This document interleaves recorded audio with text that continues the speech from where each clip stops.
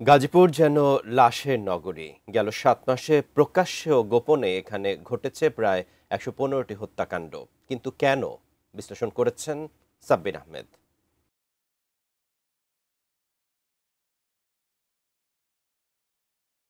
একের পর এক হত্যাকাণ্ডের ঘটনায় নতুন করে আবারও আলোচনায় রাজধানী ঢাকার সঙ্গে লাগোয়া শিল্পনগরী খ্যাত গাজীপুর। গেল ৭ আগস্ট হানি ট্র্যাপের ফাঁদে পড়া এক ভিকটিমকে কুপিয়ে হত্যা চেষ্টা করে সন্ত্রাসী কেটু মিজান ও তার সহযোগীরা। সেই দৃশ্য মুঠোফোনে ধারণ করায় জনসম্মুখে কুপিয়ে হত্যা করা হয় দৈনিক প্রতিদিনের কাগজের স্টাফ রিপোর্টার মোহাম্মদ আসাদুজ্জামান তুহিনকে। হত্যার পরপরই রহস্য উন্মোচন সহ হত্যাকাণ্ডে জড়িত ৮ জনকে গ্রেপ্তার করেছে পুলিশ। অ্যান্টিব্যাকটেরিয়াল অ্যাডিটিভ যুক্ত সেরা ওয়াটার ট্যাঙ্ক বিশুদ্ধ পানিতে ব্যাকটেরিয়া জন্মাতে দেয় না। যদিও তুহিনের স্ত্রীর দাবি ভাড়াটে খুনি দিয়ে হত্যা করা হয়েছে তার স্বামীকে, তাই খুনিদের আশ্রয়দাতাদের গ্রেপ্তারের দাবি তার। এই হত্যাকাণ্ডের সাথে যারা পেছনে ইন্ধন দিয়েছে এবং টাকা খরচ করে ভাড়াটিয়া কিলার দিয়ে আমার স্বামীকে হত্যা করেছেন তাদের দ্রুত গ্রেপ্তার করতে হবে। এই হত্যাকাণ্ডের পরপরই ৮ আগস্ট গাজীপুরের টঙ্গী এলাকায় ২টি ট্রাভেল ব্যাগে অলিমিয়া নামে এক পরিবহন শ্রমিকের মাথা ছাড়া ৮ টুকরো লাশ পাওয়া যায়। এতে তৈরি হয় চাঞ্চল্য। যদিও পরবর্তীতে পুলিশ ও র্যাব যৌথভাবে এই হত্যার রহস্য উদ্ঘাটন করে এবং জড়িত ৩ জনকে গ্রেপ্তার করে। এছাড়া গত ১৬ এপ্রিল টঙ্গীতে ২ শিশুকে হত্যার ঘটনা ঘটে। ১৬ মে ছিনতাইকারীরা রঞ্জু খা নামের প্রাইভেট কার চালককে ছুরিকাঘাতে হত্যা করে। ১০ জুলাই ছিনতাইকারীর হামলায় খুন হন কলেজ শিক্ষার্থী মাহফুজুর রহমান। গাজীপুরে প্রায়ই ঘটছে এমন খুনের ঘটনা।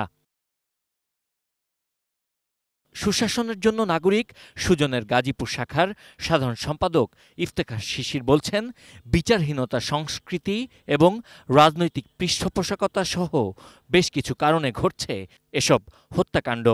অপরাধ প্রবণতাটা বৃদ্ধির পেছনে বেশ কিছু কারণ রয়েছে। তার মধ্যে প্রথমে আসে সেটা হচ্ছে এখানে পুলিশিং যে ব্যবস্থাটা, আমাদের প্রায় ১৪,০০০ জনগণের জন্য একজন করে আমরা পুলিশ পাচ্ছি। মানুষ জানে যে এখানে অপরাধ করে পার পাওয়া যায় এবং যে যারা অপরাধের পেছনে মূল হোতা তারা কিন্তু ধরাছোঁয়ার বাইরে থেকে যায় এবং রাজনৈতিক প্রভাব বা যে আরও পেশি শক্তির তো একটা প্রভাব রয়েছে।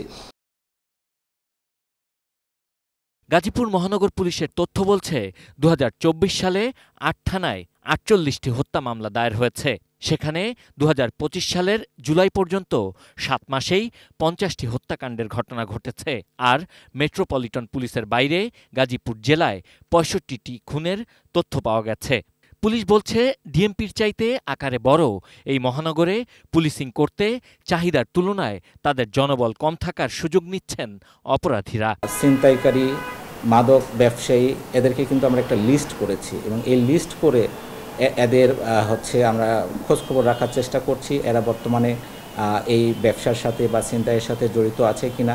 আমরা যেসব আসামিদেরকে পূর্বে অ্যারেস্ট করেছি তাদেরও কিন্তু আমরা খোঁজ নেওয়ার চেষ্টা করছি যে তারা কিন্তু আবারও এই পেশার সাথে জড়িত হয়েছে কিনা। মাদক প্রবণ এবং ছিনতাই প্রবণ যে অঞ্চলগুলো আছে এই অঞ্চলগুলোতে আমরা ক্রস পেট্রোলিং করছি মোটরসাইকেলের মাধ্যমে। কোনো রাস্তাকে চিহ্নিত করলে সে রাস্তার এক সাইড থেকে একটা পেট্রোলিং চলে এবং অন্য সাইড থেকে আরেকটা পেট্রোলিং চলে, যাতে করে ওই অঞ্চলে যেন ছিনতাইয়ের কোনো ঘটনা না ঘটে বা মাদক কেনা বেচা বা এ ধরনের কোনো বিষয় যেন না ঘটে। হত্যার পাশাপাশি প্রতিনিয়ত এখানে বাড়ছে চুরি, ছিনতাই সহ নানা অপরাধ। জমি সংক্রান্ত বিরোধ, পারিবারিক কলহ, ছিনতাই, পূর্বশত্রুতার জের সহ নানা কারণে ৫ আগস্টের পর গেল ৭ মাসে গাজীপুরে ১১৫টি হত্যার ঘটনা ঘটেছে।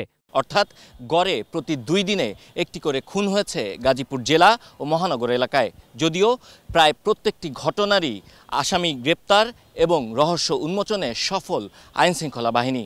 কিন্তু স্থানীয়রা বলছেন, বড় ধরনের কোনো অপরাধ সংঘটিত হওয়ার পর পুলিশি তৎপরতা থাকলেও আগাম প্রতিরোধমূলক কোনো ব্যবস্থা না থাকায় বারবার ঘটছে এ ধরনের ঘটনা। Sabbir Ahmed, ATN news, Gazipur.